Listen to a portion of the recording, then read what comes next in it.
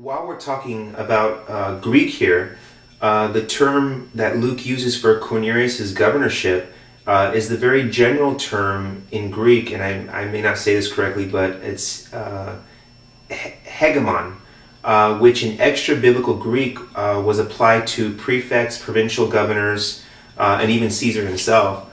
But in the New Testament, it is similarly used as a wide term, applying to procurators like Pilate, Festus, Felix, and to general rulers. But the New International Dictionary of New Testament Theology gives as the range of meaning leader, commander, or chief.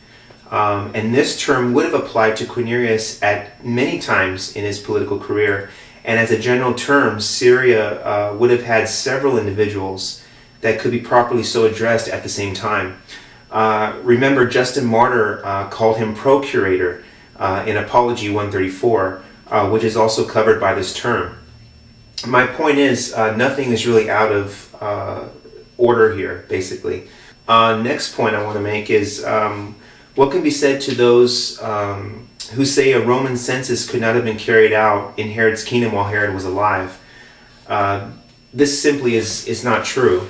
Records have now been found that show that the emperor did take censuses in vassal kingdoms like Herod's. In fact, when Herod died, his domain was divided among his three sons, and Augustus ordered that taxes be reduced in the territory of one of his sons. So it proves that the Roman emperor was not afraid to intervene in one of his vassal kingdoms. And further, it is now known that in 8 to 7 BC, Herod came into disfavor with Augustus and was thereafter treated as a subject rather than a friend. It resulted in Herod's autonomy being taken away from him pretty much. And third, historians have also discovered that the people of Herod's domain took an oath of allegiance not just to Herod, but to both Augustus and Herod, which proves that there was a greater involvement of Augustus in Herod's realm. And Luke's account points to a census taken before Herod the Great's death and the division of his kingdom. Why? It would have been highly implausible to think that after Herod's kingdom had been divided between his three sons in 4 BC, that people in Nazareth under Herod Antipas would have traveled to Bethlehem, the territory belonging to Archelaus, for purpose of taxation.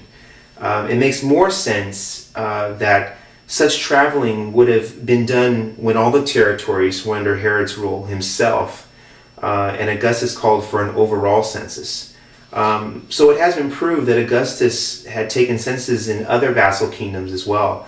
And since Herod had come into the emperor's disfavor, and since Herod was having troubles in his own realm with his sons, it's more than probable that Augustus would have wanted to conduct his own census, assessing Herod's kingdom while Herod was still alive. And this is exactly what the Gospel of Luke records.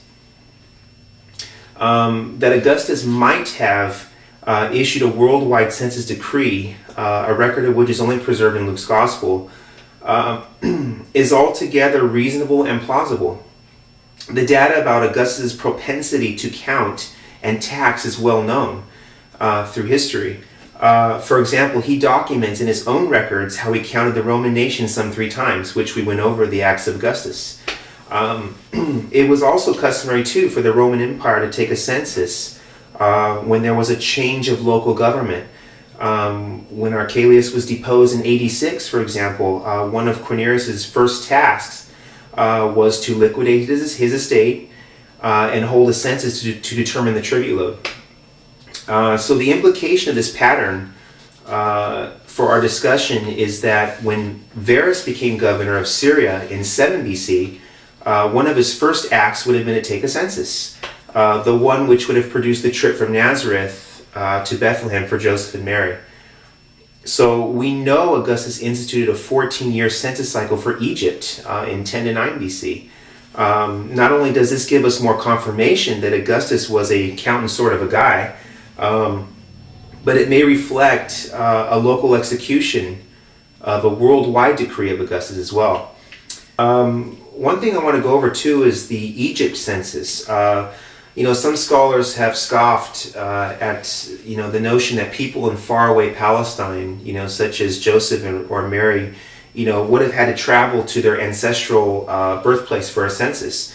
But we do have evidence to show that such traveling was indeed done with a Roman census, in Egypt at least. A Roman census document which was dated 104 AD has been discovered in Egypt, in which citizens were specifically commanded to return to their original homes for the census. Another census document from 119 AD has been found, in which a man has to identify himself, by giving the names of his father, mother, age, profession, and also the wife has to give her name, her age, her father's name, her any children's names and ages. So the latter document that I spoke of is of special interest because it gives us an idea of the kind of information that Joseph and Mary would have had to provide for the census.